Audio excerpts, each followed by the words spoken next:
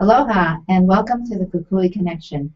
I'm Marilyn Lee, and this is a weekly show where we talk about community issues of culture and the arts. Today we have a guest who really is an old friend of mine and who is a very young woman for the position she's in. She's Nicole Velasco, and she is the Executive Secretary of the Neighborhood Commission. Welcome, Nicole. Thank you so much for having me, Marilyn. It's my pleasure. I'm so happy to see you in your new position. Well, it's not really new anymore. It's been about a year, I think. About a year. About a year, yeah. Well, we're going to talk a lot about what the neighborhood boards do, but first let's talk a little bit about you. So tell us a little bit about you and how you got to be where you are now. Well, I'm from Oahu, born and raised in Kalihi. Went to Punahou School, and then after Punahou went off to Princeton and spent some time on the East Coast. I actually worked in New York in audio post-production, and it was really enjoyable. I love New York City. It was so different from Hawaii, but also very exciting as well. But there was a tug at some point, I think it was around 2010, where I realized I had to come back home to Hawaii because, as you know, this is a special place, and this is also where my family is. So came back home. Didn't really have a plan, wasn't sure what I was going to do because the audio post-production market here is much smaller. But then happened to find myself in the House Finance Committee, which is how I got to know you. You were vice chair at the time, and what a learning experience for me. I was able to really sink my teeth into the legislative process and learn about what I had learned in school, but to really see it from a whole new angle, which was a real gift, actually. And I think from that point, it changed a lot in terms of what I saw for my own future. So after that session, I suppose you could say, got bit by the policy bug, and then had the opportunity to work for Marion Higa at the State Auditor's Office. And that was great. It was another part of policy. It was somewhat investigative in terms of being able to really look and see how the policy was working for the people, for the agencies. And after that, I sort of did a couple of other things, and then I found myself on the other side of the legislative process working at Ashford and Whiston for their government affairs group. And I will say, compared to being an analyst in House Finance and then going to the other side of the table as a lobbyist was also a really good education to see from another perspective. And then, it's been a real pleasure to be where I'm at right now with the city. It's the first time that I've been with the city of Honolulu. And it happened to be by chance in a lot of ways. So during the 2013 session, right in the thick of it, I think we had right around second crossover, I got a call from the mayor's office with an offer and an opportunity to serve as the executive secretary of the neighborhood commission. And I actually didn't really know what the executive secretary position was, but having been a previous board member for the Kalihi Palama board, I thought, well, I have some ideas on what I would like to see in this system. So without too much information, but a whole lot of excitement, I took the position and have really enjoyed my time with the Caldwell administration. Well, that's terrific. I think you've had some wonderful experiences and really packed a lot into a few years. It's been busy, to say the least. Absolutely. And I understand you're the youngest person to enter the Caldwell administration. I am. It does make for a lot of pretty funny jokes whenever we talk about something that is sort of generational. In fact, the other day, they were talking about how DIT was upgrading a number of the operating systems, and someone said, oh, does anyone in here remember using DOS? And I didn't know what that was, and so that created a nice little chuckle for everyone since I had to ask what was DOS. So, and they taught me something new that day. Right. Well, you can learn from each other, you know. Yes, definitely. Well, I've heard some really good things about your work at the Neighborhood Commission. But, we have a lot of people who are tuned into the show today who may not know a thing about what the neighborhood boards do. So give us a little explanation of what the boards do and what their function is. Yeah.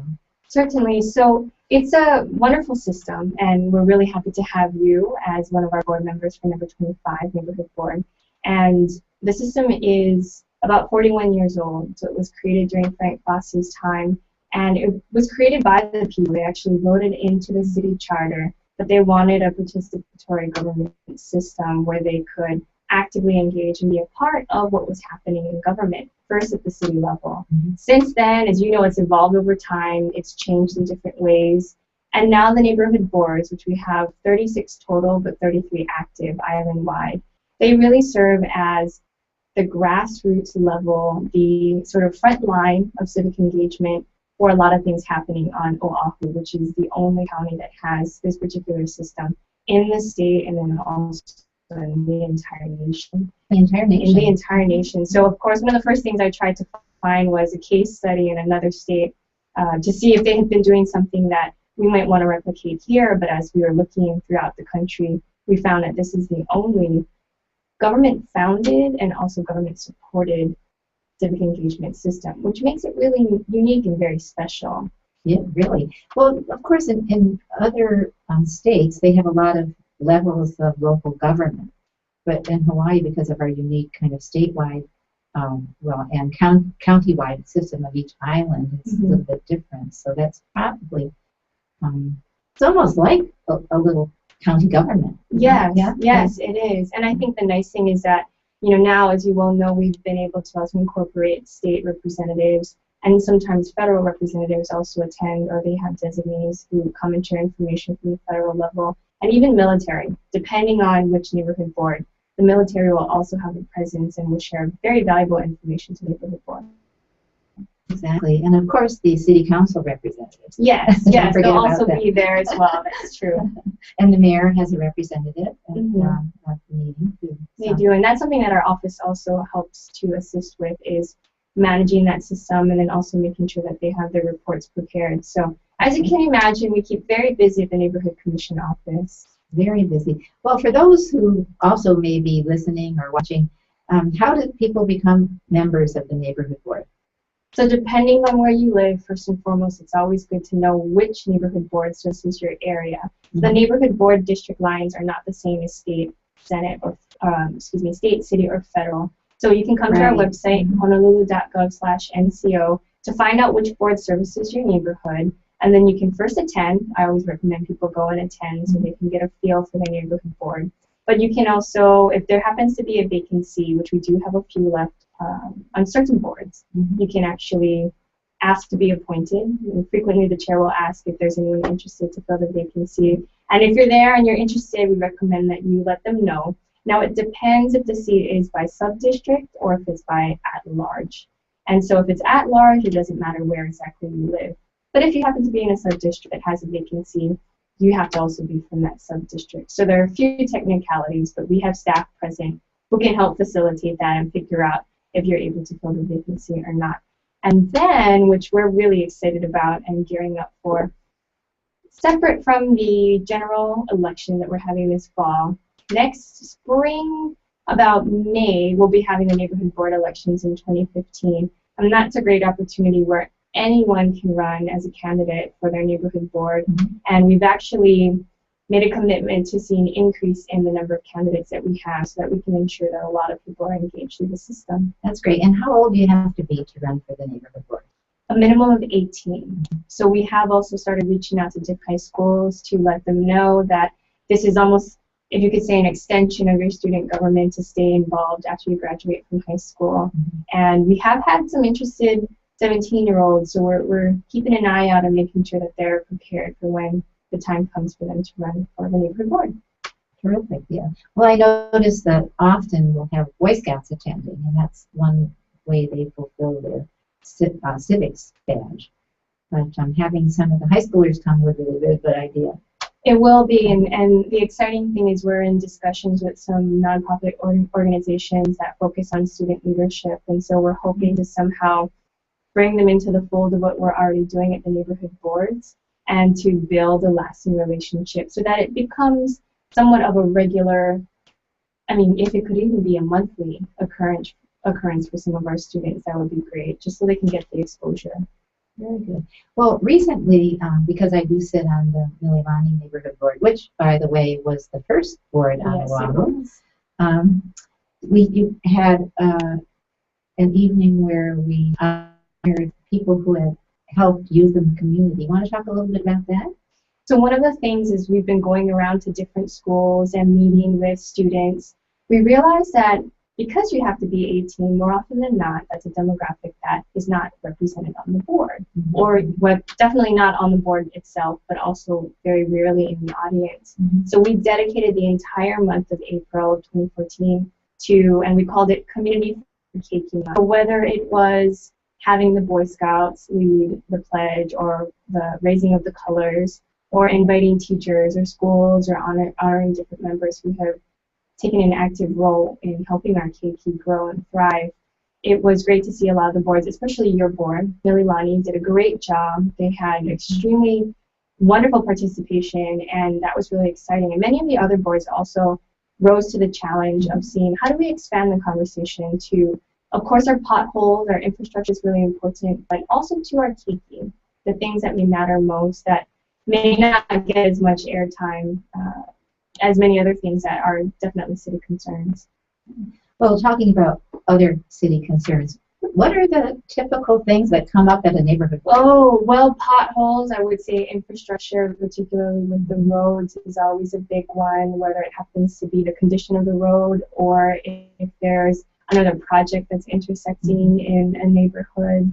I know the mayor has taken a huge challenge of repaving as many roads as possible and has been doing a good job. I know so the Meheula Parkway is probably the most recent one that I'm even pleased to see that getting fixed. Oh, absolutely. That's been a sore point for quite a long time, and now that it's being fixed, people are so relieved because it was in very bad repair, and we thank the mayor for that. Yeah, so that roads are a very hot topic. Development, depending on the area, is also a big issue and concern. Different things. Also, beach access can be a concern in certain areas. People want to make sure that they're still able to get to their favorite beach spot. Safe routes to school is also a concern as well. And so we just tried to make sure that there's a lot of discussion and conversation. And then in our office, what we facilitate is a response back from the departments. So if not all the departments can make it out to do presentations, but we do from the Neighborhood Commission office reach out to them with concerns and try to receive back a response so that we can give that to the people in the following month's meeting. Okay. Now, what kind of actions can the neighborhood board take? I, of course, know you to explain it. Sure. So they are advisory in nature and not legislative, which makes them different from, say, the legislature or the city council. But what they can do is to leverage the concerns of the community. So, for example, a handful of years ago in Hawaii Kai, there were a bunch of students who really wanted a skate park. And they had tried to maneuver their city government, but it was really difficult. So these two young gentlemen, they went to their neighborhood board and they actually got a resolution passed from the neighborhood board requesting a skate park from the Department of Parks and Recreation. And so they went through the whole process. They went to their board, they pitched their idea, the board voted on it, passed a resolution out requesting the skate park, and now Forest Peck Skate Park is in Hawaii Kai. So that's some of the ways that the neighborhood board can help to effectuate change in the community. And also is to be a conduit. For some in the community, they don't know where to turn in government. So they can bring their concerns and the board can help to assist and relay that back to whichever level of government needs to be working on that particular problem. And maybe you want to expand a little bit on what exactly a resolution is. Oh, sure. So not quite a bill, but rather a strong urging, if you will, to the respective department that is responsible for whatever the concern may be. So it was a resolution from the board to ask DPR to create this skate park, to find the appropriate place to put a skate park, and then to do whatever it would take, because there's a whole other process that goes into the creation of such a skate park. But it really came from the urging of the community, those young gentlemen, to the board as an advisory board, but able to really strongly advise government to do the work that the people wanted to see happen in their community. So actually, they do have, power. It may not be the same as legislative power, but it's the power of the people. It really is. And I think that's the nice thing about the board system is that it really starts with the people, with your neighbors, with your family, your friends, the keiki, and they all kind of come together in one place. And it's also as far as I know, it's one of the few forums where your elected officials will come to you. They'll go out to your neighborhood. They'll see you in your community, and they'll be there really at your service and to have audience with you as the community. So very unique opportunity that we would like for more people to know about so that we can expand the system and then continue the very rich dialogue that happens at all of the neighborhood boards. One nice thing is they usually bring a written report that can be taken if you come to the meeting and shared with others. Yes, it does. And I know a lot of different representatives have their reports. We also make sure there's one from the city as well. Right. And also our neighborhood assistants. They help to facilitate the communication from the board, the office, and then the administration and the other city departments. Well, one unique feature of the neighborhood boards is the fact that they are under the Sunshine Law. Yes. And people don't always understand the Sunshine Law. Do you want to explain a little bit about how that affects the neighborhood boards? Sure. So because by city charter, because they're defined as boards and commissions, they also have to abide by Chapter 9, which is the Sunshine Law. And so what that means for the boards, and also the Neighborhood Commission, which is a member volunteer commission, is that they need to have public notice for their meetings. They need to have written minutes that have to be available within 30 days. And there are certain things that they can and they cannot do both during the meeting as well as in any other circumstance. Now, there are some restrictions that are a little bit more bothersome than others. I think one of the hardest is to have to enforce the restriction of, say, going to a town hall meeting or another public forum, and only one less than a quorum of board members may attend. So at times it can be very restrictive, and although we would love to somehow get around it, there's really not a whole lot that can be done with regard to the fact that they are defined by charters, boards, and commissions. I sometimes hear people say, well, we didn't know about the neighborhood board meeting. But the fact that there's sunshine means that the meeting has to be publicized 7 days ahead, and there is a website. So is there, a reason not to know? I would say that it would be in terms of how accessible our information has been. So as of last May, when I joined the Neighborhood Commission office, one of the first things that I realized was missing was social media and a more robust online presence. So as we know in this day and age, a lot of people are getting their information online, and yet we really had we existed online, but not in such a way that a lot of people could reach us in different ways. So now we're on Facebook, Twitter, Instagram, Tumblr, Google+. And so hopefully now there really isn't an excuse to not know about the neighborhood boards or to know when your neighborhood board happens to be meeting. Very good. Well, you've really brought a lot of these kind of modern media innovations to the board. Trying to, and we're actually testing it out right now on Google Hangouts. That's right.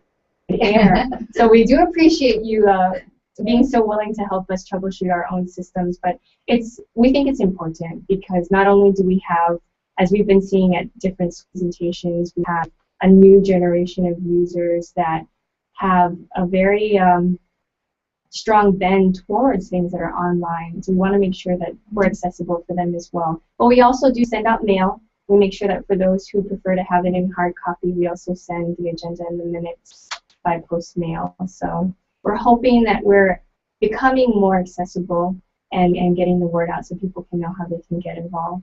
So if one comes to the meeting, then you can sign in and ask that the agenda be sent to you for the next meeting.